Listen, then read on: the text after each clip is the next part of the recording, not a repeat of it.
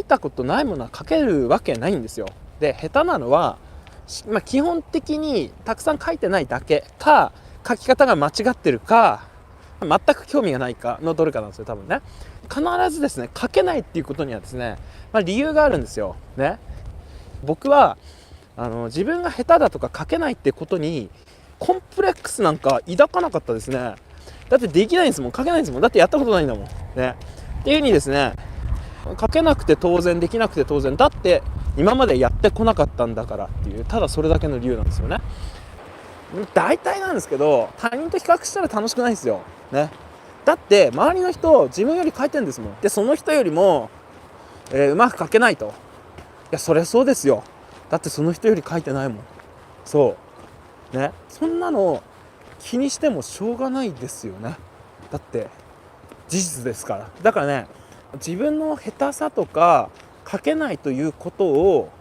隠したら絶対ダメなんですよ。むしろ大っぴらにですね、僕全然書いたことないんです、書けないんです、下手くそなんですっていうことを前面に出して、むしろ上手い人にですね聞きゃいいんですよ。俺もそういう風に書けるようになりたいなって言えますか？僕言いますよ。でも子供ってそうですよ。子供っていうか赤ちゃん、大人がですねみんな上から目線なんですよ。赤ちゃんだって常にねこうハイハイしてますから、お前ら上から目線で偉そうだな、立ち上がってよ、立ちたいって思うんですよあれ多分見てですね、真似してですね立ちたいと思うんですね、あれきっとね。その昔ですね自分のこと絵描き赤ちゃんだと思いなさいって話をしたんですね。全然自分描けないんだったら、まずね赤ちゃんにですねスパルタ教育というかですね、腕立て伏せとかやらすかよとね、100マス計算やらせますかって話ですよ。まずですね、生きてるだけで最高じゃないですか。ってことは皆さん絵描き赤ちゃんだったらですね、まず今日描いたら最高なんですよだって今まで描いてない人なんだもん。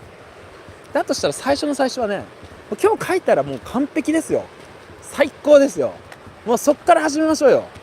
昨日書いてないことを今日書くようになったんですよ。すごいじゃないですかね。そこまでハードル下げましょうよ。だってまだ赤ちゃんですからね。じゃあ次ですね、じゃあ徐々にですねいっぱい書き始めたら、だいたいね子供って3歳ぐらいからじゃないとですねしつけたあんまり見ないです。3歳2歳半3歳ぐらいまではですね、人の言うことってそこまでね認識できないんですよ。だからそのぐらいのいわゆる幼児のですね頃はですね、本当に、その子が望むことをなるべくやってあげるのが一番いい。で徐々に分別がつき始めたら、これはやっちゃいけないよ、これはこうするんだよっていう風にだんだん教えていくと。これがですねタイミングがいるんですよ。あまりにもじゃあきつくしすぎたら萎縮する、何もそういう、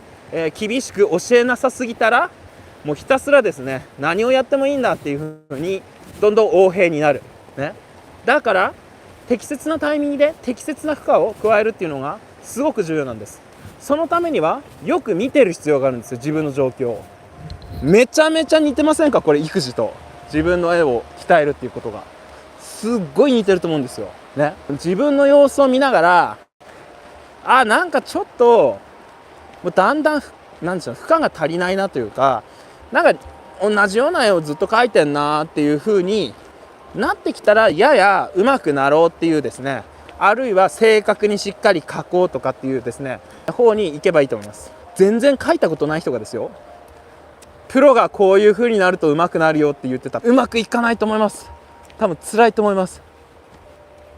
その人その人レベルに合った練習ってのがあるんですよね。それをですね超えるとやっぱりですね、長続きしないんですよね、辛くなっちゃってね。なのでまず自分が楽しい絵をいっぱい描くとかね、今日は描いたってことだけでまずは満足するとかっていうところから始まり、徐々にハードルを上げてって、で、自分の、レベルに合った練習とか絵の描き方をするってのがいいんじゃないかなと。